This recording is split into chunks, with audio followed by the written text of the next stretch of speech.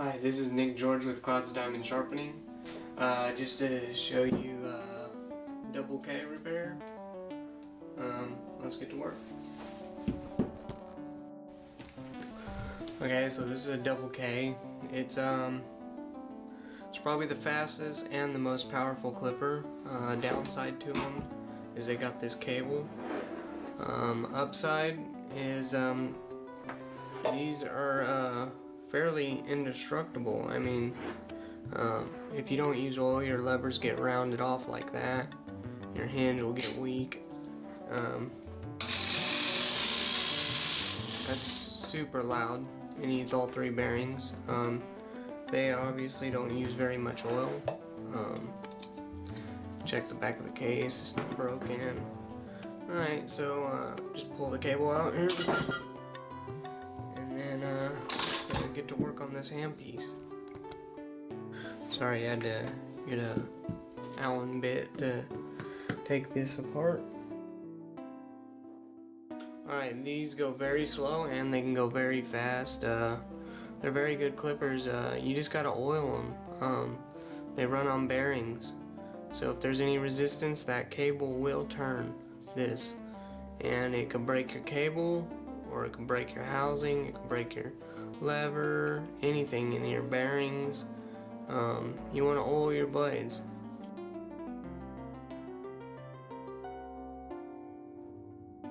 Take the nameplate off. Now remember, on high speed, these are going to get extremely hot. It's not the handpiece getting hot at all. There's no motor, there's just bearings. Unless it sounds like this one and is full of hair. It could warm up, but it still won't get hot. The heat is coming from this blade. This is a super fast clipper on full speed. And it comes from the blade and it transfers through here. People think these get hot. These can't get hot. There's only bearings. There's nothing. It's the blade getting hot. Okay, so pop the lever off. Replace that, so just go ahead and throw it away. Take the felts. These are hair felts. If they're missing, it's really not that big of a deal, but I do replace them. They just keep the hair out. That bearing feels okay. What I'm checking for is see if I can feel like dirt inside the bearing. There's a little clip on this bearing that I'm going to replace. I ain't going to replace the clip, I'm going to replace the bearing. Don't lose your little clip.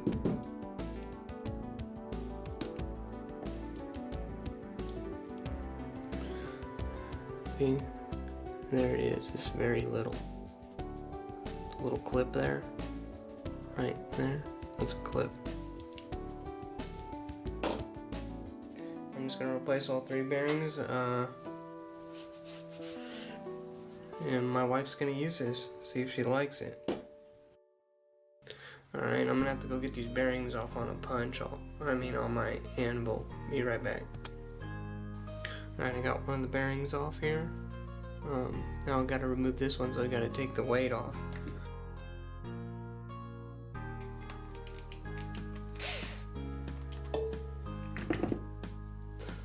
Now this slides off. If you have trouble getting the bearings off, that's the hardest part about fixing these. Ooh. And so if you have a problem, just go ahead and send it on to me and I'll take care of it. I can get them off. I've been doing it for years. Be right back, get this bearing off. Alright, got them off. Clean the shaft. You don't want to put a brand new bearing on a broken shaft. A dirty shaft. It could break the bearing. There we go, and here's my bearing. If it doesn't go on easy, don't force it because you'll break the bearing.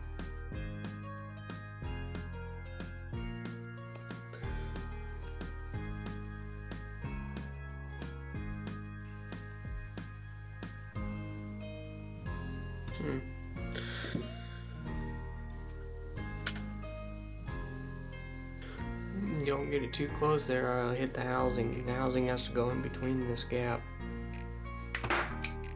I need to go to my distributor to buy parts. Alright, I can finish up this double K repair. Went and got a lever. That's all I needed. So I'm gonna replace this plate, and I usually do, because see how that indents and makes a groove? Well, you need a new one to hold the lever down correctly.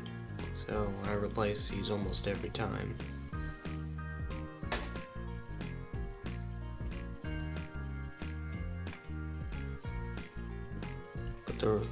Put your little ring back on, or your bearing might fall off.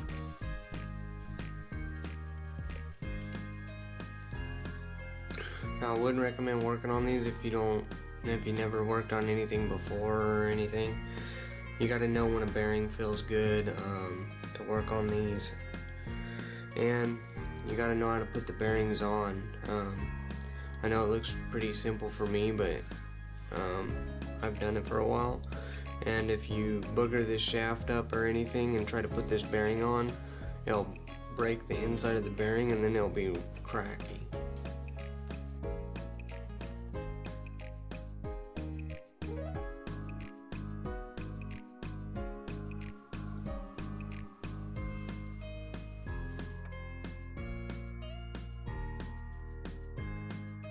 So there's fine adjustments you couldn't tell me doing.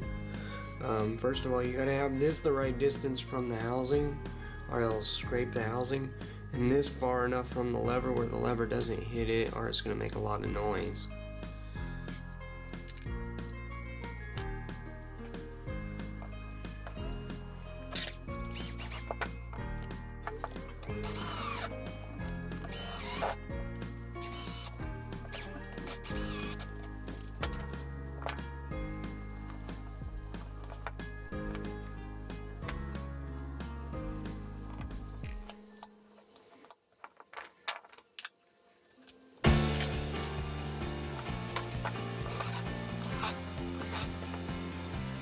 Left the hinge.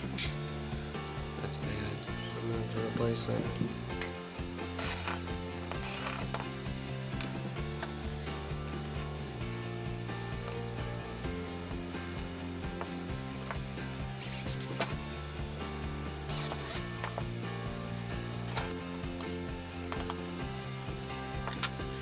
There we go. Now when we plug this in, hopefully it runs smooth and not really loud, because that would be super embarrassing. Alright, I'll show you guys how to connect these. So what I do is I put it in the center, down in the shaft, down in there, a little circle, and you can line this notch up with the notch down in there. You can see it just a little bit. Or what I do is I just put it in the center shaft hole, and then I turn it counterclockwise until it engages. See? Now it's in there. Or you can line the holes up, use a screwdriver, line the holes up,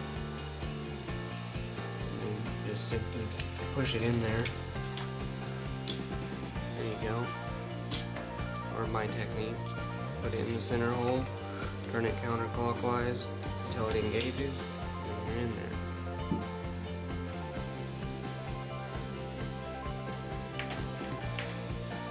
I wouldn't recommend doing it while it's running. I do it every once in a while. You might see in a video maybe. I'll pop it on there while it's running. But if you miss the center of the shaft, it's going to go in like that, and then when it's spinning, it's going to break your cable. So I wouldn't recommend it. Even if you see me do it in a video, please don't.